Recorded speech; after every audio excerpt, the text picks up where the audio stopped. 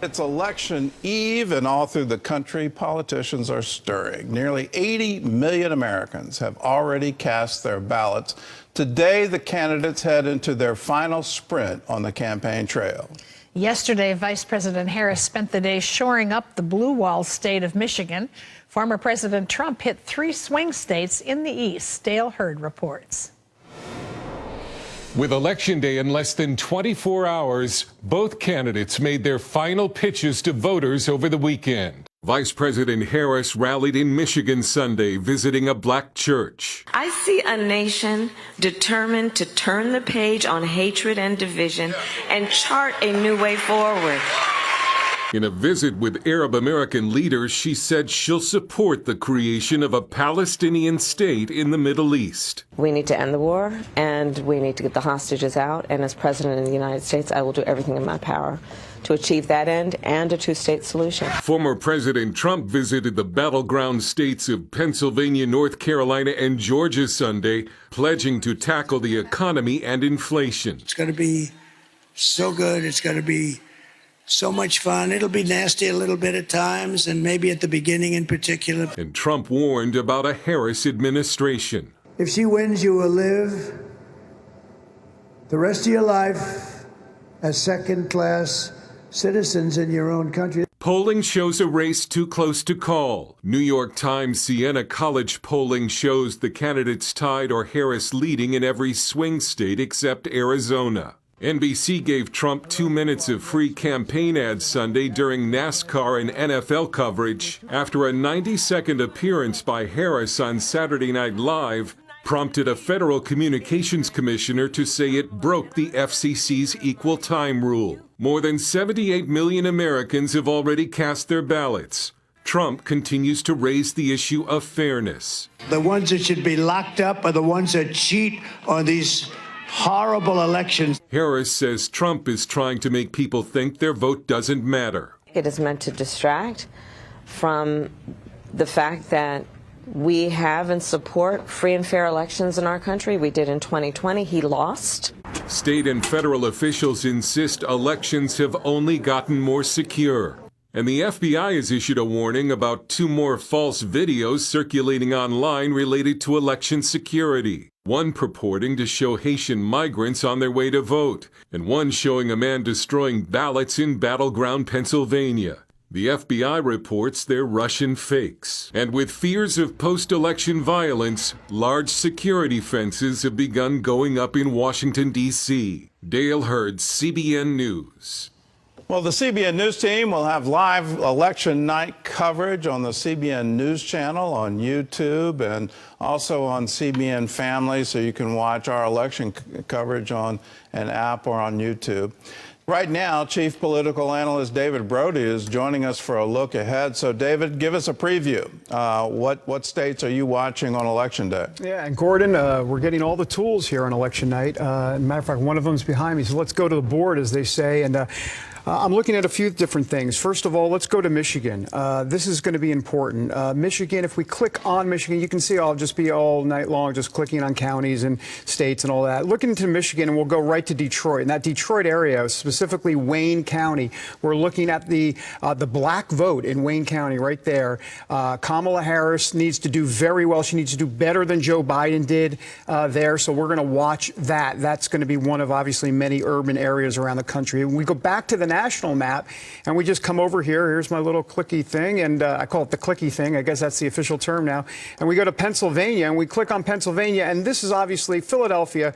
The suburbs around Philadelphia, 60% of the vote in Pennsylvania comes from the suburbs around Philly. And of course, we're talking about Montgomery County, and you got Delaware County here and Chester County. But look over here, Bucks County, going to be crucial on election night, Gordon. That's what I'm looking at specifically because that's the suburban vote. It went for +4 for Biden in 2020. Can Kamala Harris do better than that? Will Trump actually take Bucks County? we're going to watch that as well. And then we're going to move over to North Carolina, so we'll go to the national map, and then we'll bounce down to the Sun Belt in North Carolina right over here. And you know where we're going. We're going to Raleigh and Wake County, specifically those college-educated voters, the Research Triangle area. We know all about that. It's going to be important that Kamala Harris basically runs up the numbers there, Gordon, because specifically she needs to do very, very well there. She's going to do well. The question is, can she do even better than Biden? So these are certain types of counties all across the country that we're going to be looking at, because it goes to a couple of key themes. One, female voters and college-educated voters. This race, Gordon, will be decided on race. Listen to me. Gender and education. Gender, clearly, Kamala Harris has to get more females out.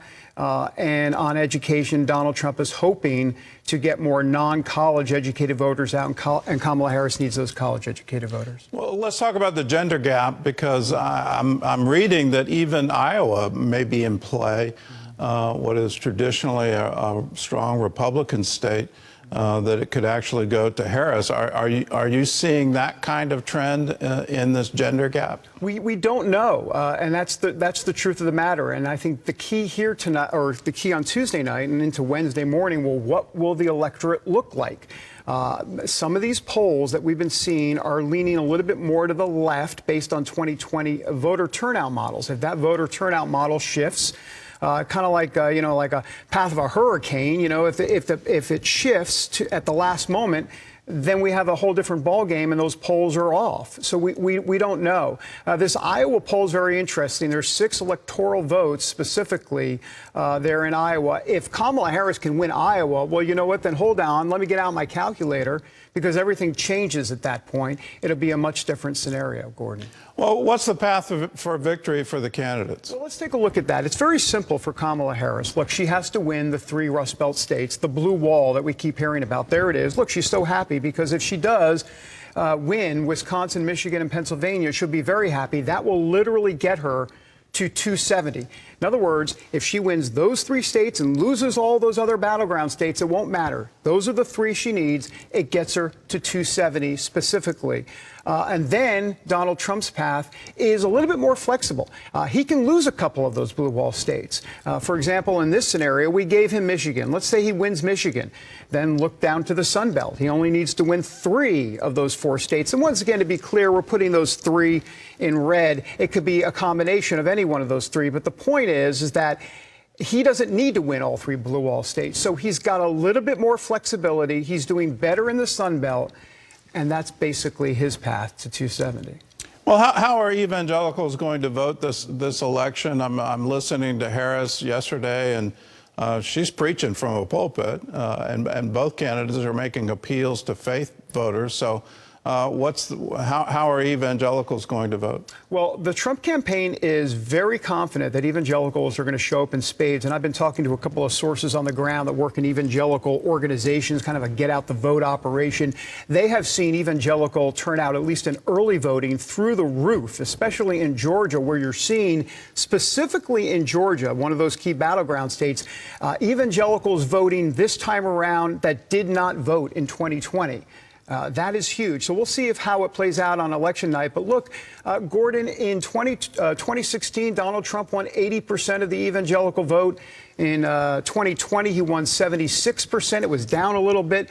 The sense on election night here is that it'll be back up at that 80% figure. That's going to be a key number to watch. Also, and not to geek out too much, Gordon, but I'm looking into specifically Georgia and North Carolina. Those are the 2 big kind of evangelical states, if you will. The electorate, in other words, what the actual vote is made up of. It was about 33% of voters in Georgia were evangelical. In North Carolina, it was 35%. Will that number be higher? So I'll watch for that. Also, the Catholic vote, very important. And of course, as the Catholic vote goes, so goes the nation. You know, Gordon, in 2016 and 2020, whoever won the Catholic vote won the presidency. Joe Biden won the Catholic vote by 5 percentage points in 2020. We now see if he can duplicate that in 2024. Having said that, we're going to look at Michigan, Pennsylvania, Wisconsin, more Catholics up there in the Rust Belt than any other battleground state. How would you rate the campaigns in sort of the closing moments here? Who do you think is doing a better job, both in terms of staying on message, ground game, voter turnout? Who's doing the better job? Well, if you're going to talk about staying on message, take a wild guess. It's Kamala Harris. I mean, Donald Trump, you know, can be all over the place. There's no doubt about that. I mean, his handlers would love for him to just talk about the economy and immigration all the time, but he gets sidetracked. But that's Donald Trump. It's back to the let Trump be Trump, and that has worked in the past. We'll see if it works on election night. I'll say this, Gordon, it'll be interesting to see what that third key voting subject is. In other words, we know the economy is going to be number one. The question is immigration going to be two? Will abortion be number two? I think that's important. And where does threat to democracy come exactly in all of this? Because if that's going to be high up the list, that's going to be obviously good news for Kamala Harris. Here's the bottom line on all of this. Basically, what Democrat operatives are telling me is that for Kamala Harris to win, she has to win more with women than she loses among men. She's going to lose the man vote, if you will, the male vote. She has to do better with females than he does with males. That's the key to watch on Tuesday night. All right, David, thanks for the insight. You can watch our election night coverage on the CBN News channel, the CBN News YouTube channel. It all starts at 8 p.m. Eastern Time, and then at 11 o'clock Eastern Time, we'll have a special election edition of the 700 Club.